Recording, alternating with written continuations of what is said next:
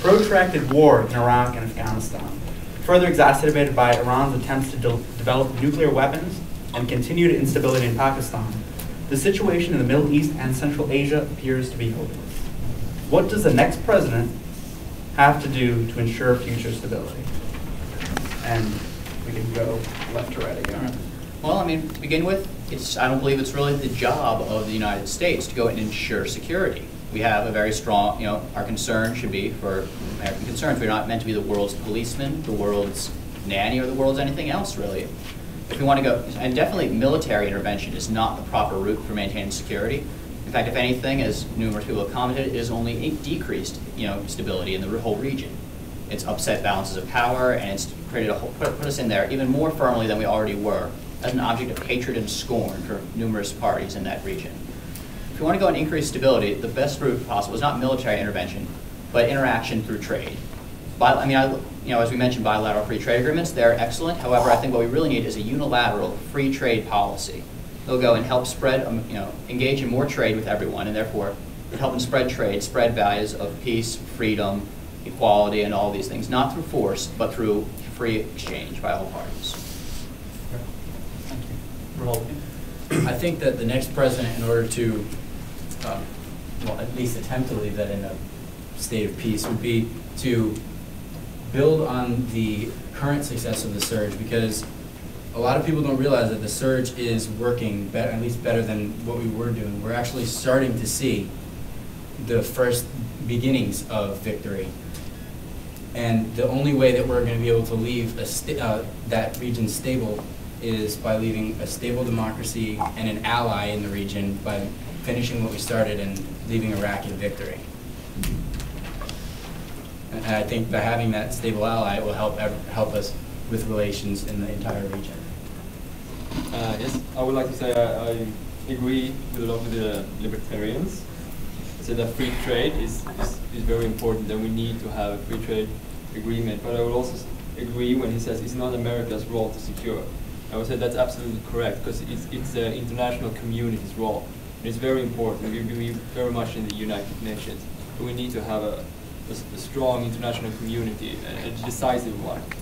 And I think one of the key issues is a good relationship with the new Pakistani government. That is a key issue. Now when we see American forces attacking over the border, and I think that is absolutely the wrong thing to do. It will only create a distance between us, and we really need to work together, international community and Pakistan, to win the battle in the Helmand regions in Afghanistan. I think that is very important.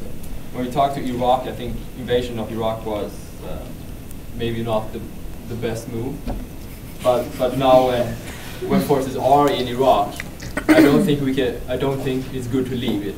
I think what's happened has happened, but now we need to secure it. And I'm very afraid if we leave, there would be a civil war. I'm afraid that the situation in Helmand will spread to Iraq. And I believe now when we're there, we need to finish the job. That's really what I do. But I think it should be an international community should take a big role here.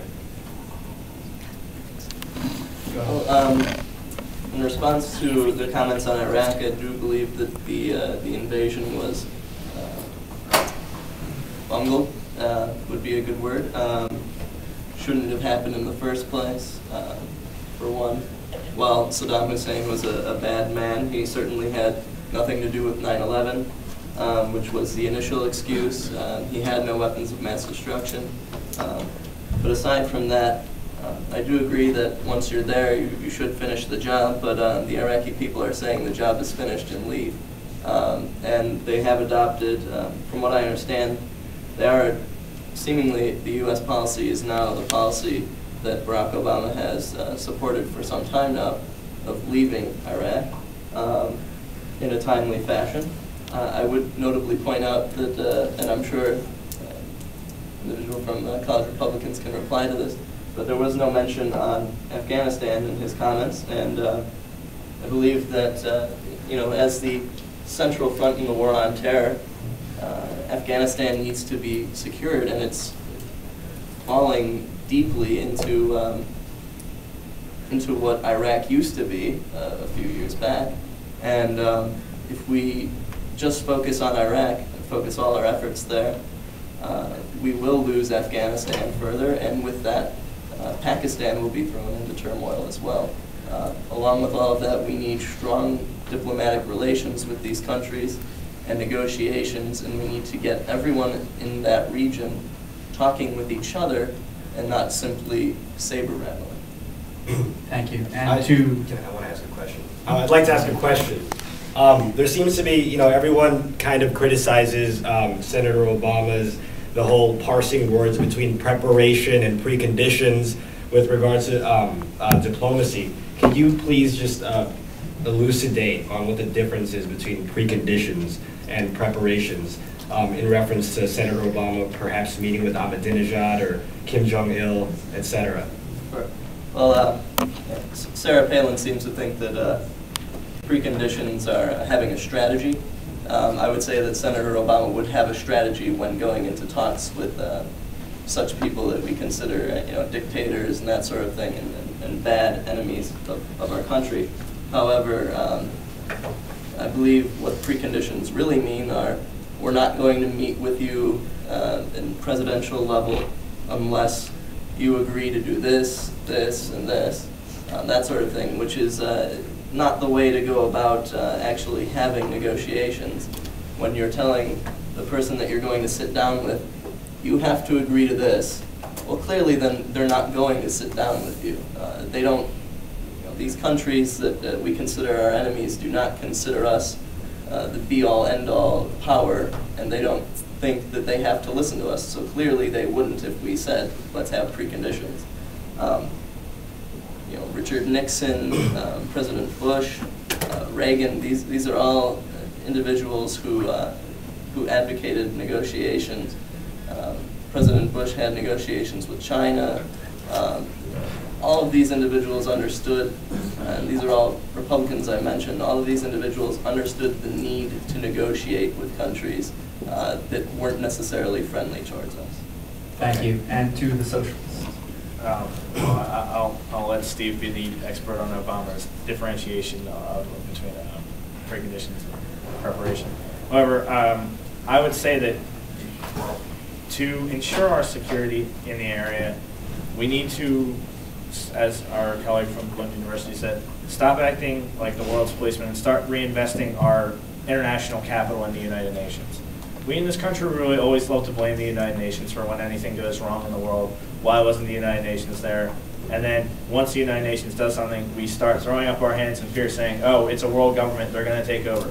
The United Nations is simply an organization that the membership decides what they do. It's not a superpower, and it is an excellent tool in lieu of the United States constantly using its own military might against the rest of the world.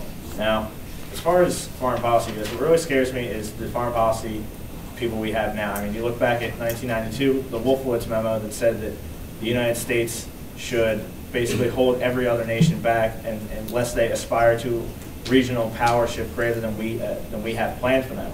I mean, that's just a disgusting opinion to have, thinking about other nations. These are other sovereign nations. These are our neighbors and our colleagues in the international community. What we should be really doing is strongly investing in our international capital, our goodwill in other nations, so that when crises occur, that we don't have to go it alone. I mean, we squandered so much goodwill after September 11th and the Iraq War. We need to start building our international reputation back up. For these specific instances in Iraq, I can't see how the individual from the College Republican is saying the surge is succeeding when it's only hit 3 of its, I believe, 16 goals. And 3 of 16 doesn't sound like success to me. And I think, especially in this region, we need to move towards a more international method as opposed to the United States needs to handle all the problems in this area. Rebuttal from the